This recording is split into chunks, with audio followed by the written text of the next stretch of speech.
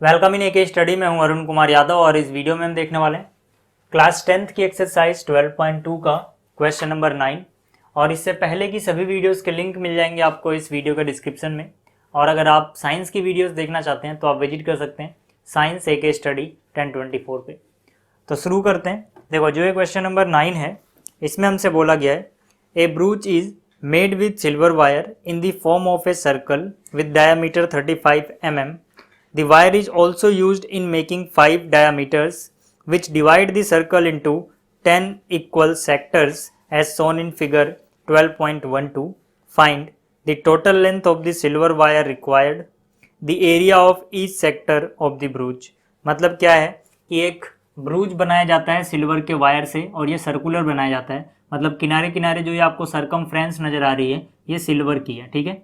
और फिर इसमें 5 सिल्वर के डायमीटर लगाए जाते हैं और ये जो 5 डायमीटर हैं ये इसको टोटल 10 छोटे छोटे सेक्टर्स में डिवाइड कर देते हैं, ठीक है।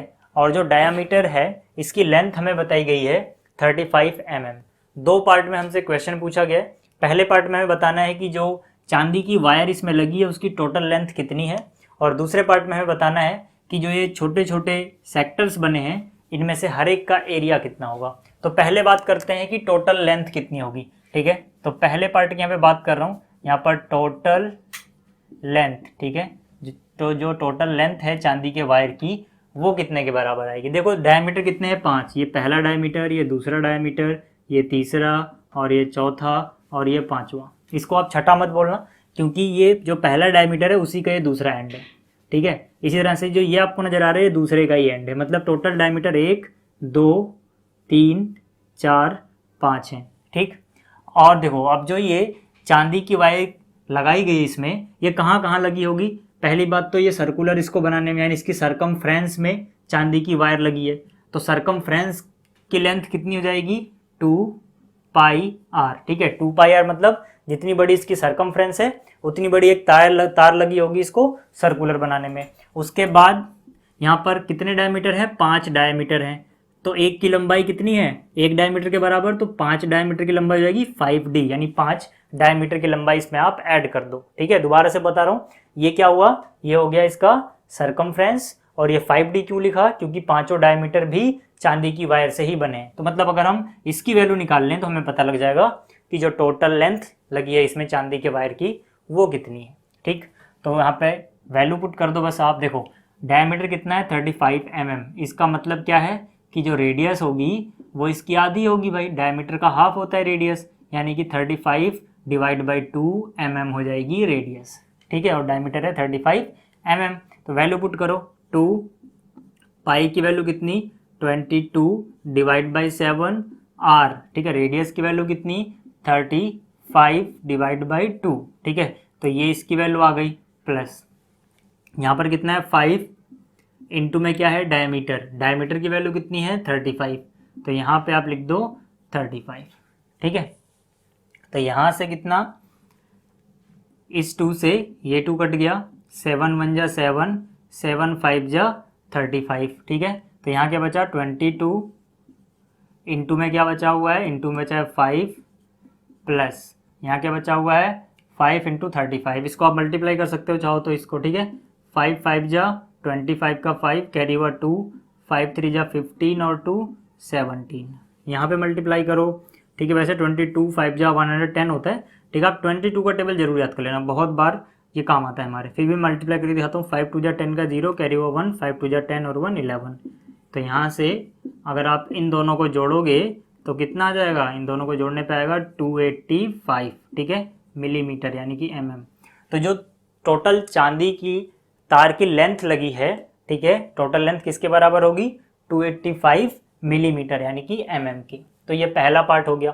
दूसरे पार्ट में क्या बोला गया है, दूसरे पार्ट में बोला गया है कि कितना एरिया होगा हर एक सेक्टर का, ठीक है। तो यहाँ पर दूसरे पार्ट की बात कर लेते हैं हम भाई। पहला पार्ट तो आपको समझ में आ गया होगा। अब देखो क्या होगा यहाँ पर दूसरे पार्ट में हमें क्या निकालना है area of sector. Area of sector, ठीक है, एरिया ऑफ ईच सेक्टर किसके बराबर होगा theta divide by 360 degree into में पाई आर स्क्वायर। ठीक है, ये फॉर्मूला मैं आपको पहले भी बता चुका हूँ सेक्टर के लिए, अगर आपने पहली वीडियो देखी है तो। अब मतलब यहाँ मुझे थीटा निकालना है। ठीक है, हर एक का थीटा बराबर होगा। ठीक है, जितना इसका थीटा होगा उतना ही इसका थीटा, उतना ही इसका थीटा। क्यों? क्योंकि यहाँ पर जो टोटल एंगल था 360, ठीक है, उसके बराबर बराबर टुकड़े होंगे, ये बराबर बराबर दूरी पे हैं। तो यहाँ से मैं कह सकता हूँ कि जो थीटा है ये बराबर हो जाएगा टोटल एंगल 360 डिवाइड बाई 10 के। देखो ये क्यों आया, अगर मैं यहाँ से यहाँ तक के टोटल एंगल की बात करूँ, जब हम पूरा एक चक्कर लगाते हैं, पूरा एक कंप्लीट एंगल जो होता है वो 360 डिग्री का होता है। ठीक, और इसके कितने टुकड़े हुए, 1 2 3 4 5 6 7 8 9 10, ऐसे 10 थीटा बनेंगे छोटे छोटे, यहाँ भी थीटा यहाँ भी थीटा, इस तरह से। ठीक है, अभी किसी एक की बात कर रहे हैं, तो मतलब 10 टुकड़ों में ये एंगल डिवाइड हो जा रहा है। तो यहाँ से कितना हो जाएगा, 36 डिग्री, मतलब एक सेक्टर के लिए। ठीक है, सिर्फ अगर मैं इतने की बात करूँ, अभी इतने के लिए जो थीटा होगा वो कितना है, 36 डिग्री। तो यहाँ पे आप वैल्यू पुट कर दो बस। तो यहाँ पर आ गया थीटा की जगह 36 डिवाइड बाई कितना, 360, इंटू में पाई की वैल्यू 22/7, आर की वैल्यू कितनी है 35/2। तो यहाँ हो जाएगा 35 डिवाइड बाई 2, क्योंकि आर का स्क्वायर है तो ये चीज़ 2 बार लिखोगे मल्टीप्लाई में। ठीक है, अब इसको सॉल्व कर लो यार बस। 36 1 जा 36 1 जा, 1 0 है तो 1 0।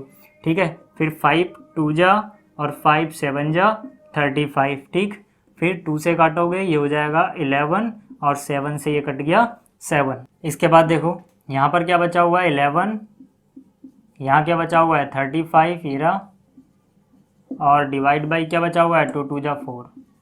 इसको सीधा सीधा मल्टीप्लाई कर सकते हो, 11 का टेबल सीधा पढ़ो, 11 5 जा 55, कैरी हुआ 5, 11 3 जा 33, 33 में 5 जोड़ोगे 38, और डिवाइड बाई कितना है 4 मिलीमीटर स्क्वायर। ठीक है, तो मतलब क्या है कि जो एरिया होगा हर एक सेक्टर का वो इतने के बराबर होगा। ठीक है, एरिया क्या होता है, एरिया की यूनिट जब आप लिखोगे तो जैसे रेडियस मिलीमीटर में थी तो एरिया मिलीमीटर स्क्वायर में आएगा, आपको याद रखना है।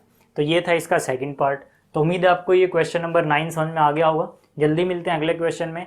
Thanks for watching.